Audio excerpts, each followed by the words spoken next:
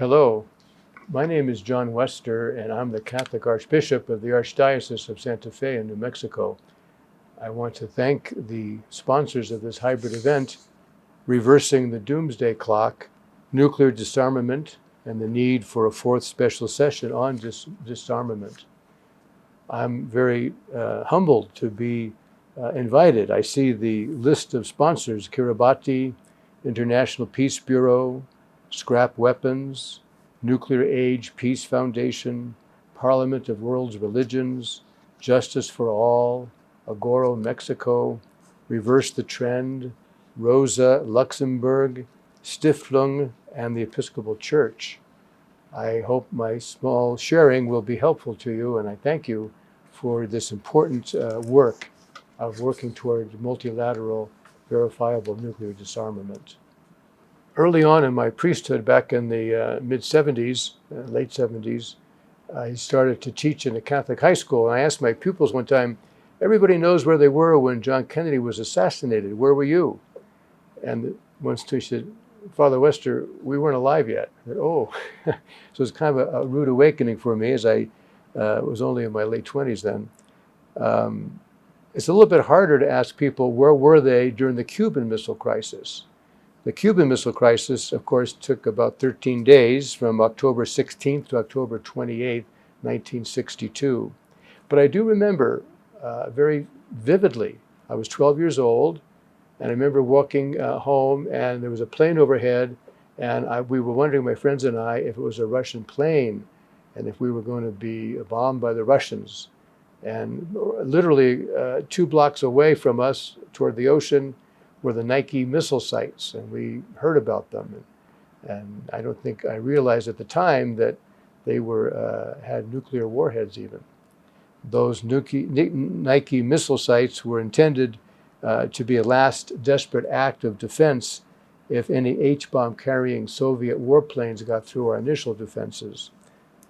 Of course, since that crisis, we know that in late 1991, the Soviet Union dissolved with its component republics, and it seemed like nuclear weapons just faded into the midst of time. But then in 2017, I went to Japan, and 2 bishop friends and I went there for a 2-week vacation. And in the course of the vacation, we went to Hiroshima and Nagasaki.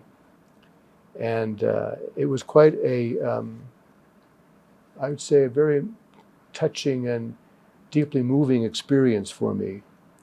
We visited the Jimbaku Dome in Hiroshima, and the Hiroshima Peace Memorial, and the Hypo Center in Nagasaki, and the Urakami Cathedral, and the Habaku no Maria image of Our Blessed Mother, who was the statue that was destroyed except for her face in the bombing on August 9th at 11:01 a.m., 1945.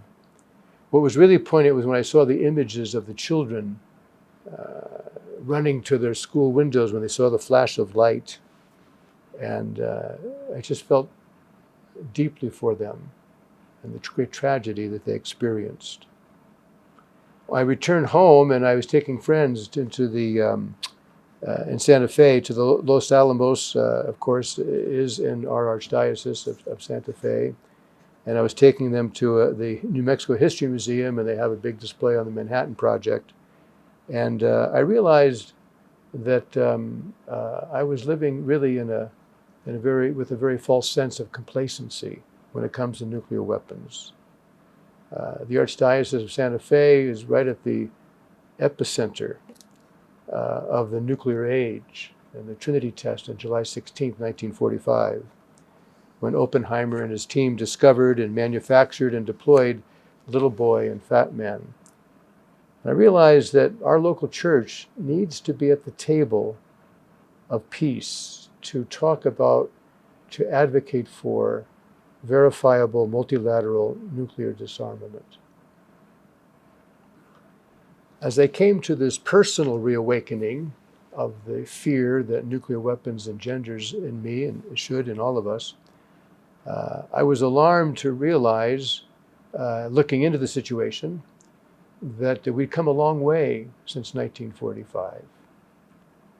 For example, if you look at just one Trident submarine up in Seattle area. One Ohio-class submarine, as you no doubt know, can unleash up to 192 nuclear warheads with the potential of wiping out civilization as we know it. In fact, the reality is that we are now in a new nuclear arms race that is arguably far more dangerous than the first. We have new cyber and hypersonic weapons, artificial intelligence, and multiple nuclear adversaries are increasing the grave risks, even as climate change and growing economic inequality accelerate global instability. The old rationale that we need thousands of nuclear weapons for the declared rationale of deterrence is false, when only a few hundred weapons are truly needed for just deterrence. Yet the United States and Russian governments reject minimal deterrence in order to keep nuclear warfighting capabilities, despite their declared rhetoric that a nuclear war can never be won. And so given all this, in January of 2022, we published my pastoral letter, Living in the Light of Christ's Peace, a conversation toward nuclear disarmament. The purpose of the letter is to reawaken an awareness of critical importance of ridding the world and of these destructive weapons that began here in my Archdiocese of Santa Fe, and to proclaim loudly that these are an affront to our Creator, who created the beautiful world that we so often abuse and neglect. It is my hope and prayer that this conversation can lead to verifiable multilateral nuclear disarmament. John Kennedy started such a conversation with Nikita Khrushchev, with his so-called peace speech at American University in Washington, D.C. on June 10, 1963. It is at least ironic that he was assassinated in November of that same year. I encourage everyone to read that speech. It's quite powerful. Reagan and Gorbachev started another conversation, and they declared that a nuclear war could never be won and should never be fought. And they signed the Intermediate Range Nuclear Forces Treaty, the INF Treaty, on December 8, 1997, which happens to be an important feast in the Catholic Church for our Blessed Mother. And so what conversations can we start? I've been inspired and encouraged by the conversations already started by so many of you. I think of Dr. Ira Helfand, who is a significant part of Physicians for Social Responsibility, and also the International Physicians for the Prevention of Nuclear War, of course, the international campaign to abolish nuclear weapons, and Back from the Brink. I think of Pax Christi USA and Pax Christi International.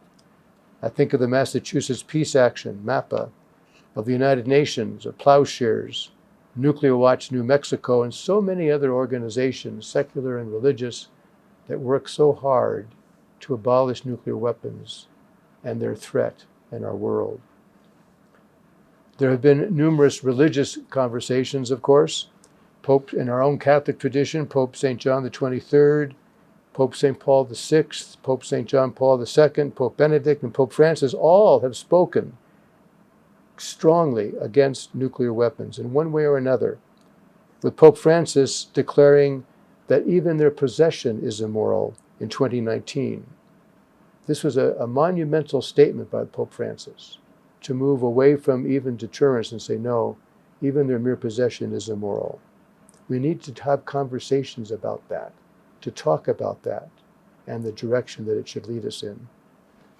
Here in New Mexico, the New Mexico Conference of Churches has endorsed my pastoral letter. The Mountain Cloud Zen Center in Santa Fe has had many conversations about this, along with other Buddhist centers. Soka Kadai has been a key partner in our Trinity Test prayer commemorations these past 3 years. I've been inspired by the work of San Egidio and their many peace initiatives grounded in prayer and the light of the gospel. I've been encouraged by the Parliament of the World's Religions and their vision for a world of peace, justice, and sustainability. I have been inspired by the Episcopal Bishop and a friend, Bishop William Swing, who is the founder and president emeritus of the United Religions Initiative, and his work and his latest book on nuclear disarmament from a religious perspective. All of these have been very significant, and so many more in these conversations that can lead to nuclear disarmament. On a more local level here, we decided to reach out to the Diocese of Hiroshima and the Archdiocese of Nagasaki in forming a partnership. And it turns out that they were at the same time and completely on their own reaching out to us to do the same thing. And Archbishop Etchen of Seattle has joined us. We have 4 of us now, the 4 Catholic dioceses, Seattle, Santa Fe, Hiroshima, and Nagasaki, who formed a partnership called A World Without Nuclear Weapons, a partnership for a world without nuclear weapons. And we're inviting other Catholic entities to join us as we seek to promote this important cause of nuclear disarmament. It's been a great grace to work with my brother bishops in this. Just recently, we had a forum at the University of New Mexico, which was sponsored by the Institute for Advanced Catholic Studies at USC and the University of New Mexico. We titled it Deterrence or Disarmament. And it was quite an interesting time when we could get together with leaders of the different laboratories, with State Department officials, with religious leaders, in order to discuss this issue and to talk about how we can move this conversation forward toward nuclear disarmament. And so I think what's vital in all this is that all of us do our part to keep this vital conversation moving. We were lulled into a false sense of complacency with the end of the Cold War. We get lulled into that false sense of complacency by narratives that somehow tell us that we have to build up our nuclear arsenals and that somehow these will keep us safe when the opposite is true. I know this isn't easy. Oftentimes we're called naive. But who is it that is really naive? Robert McNamara, whom you remember, who was the defense secretary back in 1962, during the Cuban Missile Crisis, said that human civilization survived only by luck. Counting on luck is not a winning strategy. The history of nuclear weapons is replete with near misses, miscalculations, and accidents. With the war in Ukraine, we are now facing the most serious nuclear threats since the Cuban Missile Crisis. Isn't it the height of naivete to think that humanity can survive on into the future as long as nuclear weapons exist? I believe that this cause is truly a pro-life issue. Next August 2025 will mark the 80th anniversary of the bombings in Hiroshima and Nagasaki. I hope that by that time we can see some real progress and steps taken for nuclear states to support the Treaty for the Prohibition of Nuclear Weapons, the TPNW. I realize that this is a great step and a very difficult one. As you well know, the nuclear states have not signed the treaty. I join many of you in advocating that they do sign the treaty. I was privileged to be at the UN conference last year at the Second States Party meeting for the TPNW, and I hope to attend again in March of 2025. I hope and pray that all of us can initiate and sustain dynamic and vital conversations that can promote nuclear disarmament. I assure you of my prayers at your gathering now, which is a wonderful way to support this conversation. I believe that all people of goodwill can identify with the words of General Omar Bradley, of all people, a famous World War II general, who had a very important perspective on war and weapons, when he said, quote, "Ours is a world of nuclear giants and ethical infants. We know more about war than we know about peace, more about killing than we know about living. We have grasped the mystery of the atom and rejected the Sermon on the Mount," end quote.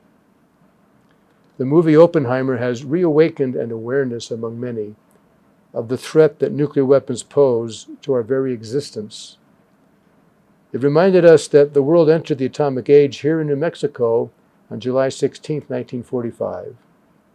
I pray that the conversation begun by my pastoral letter in the Archdiocese of Santa Fe will join the countless other conversations that are calling for nuclear disarmament, including yours. The downwinders of New Mexico and the Hibakusha of Japan give living witness to the importance of this vital conversation.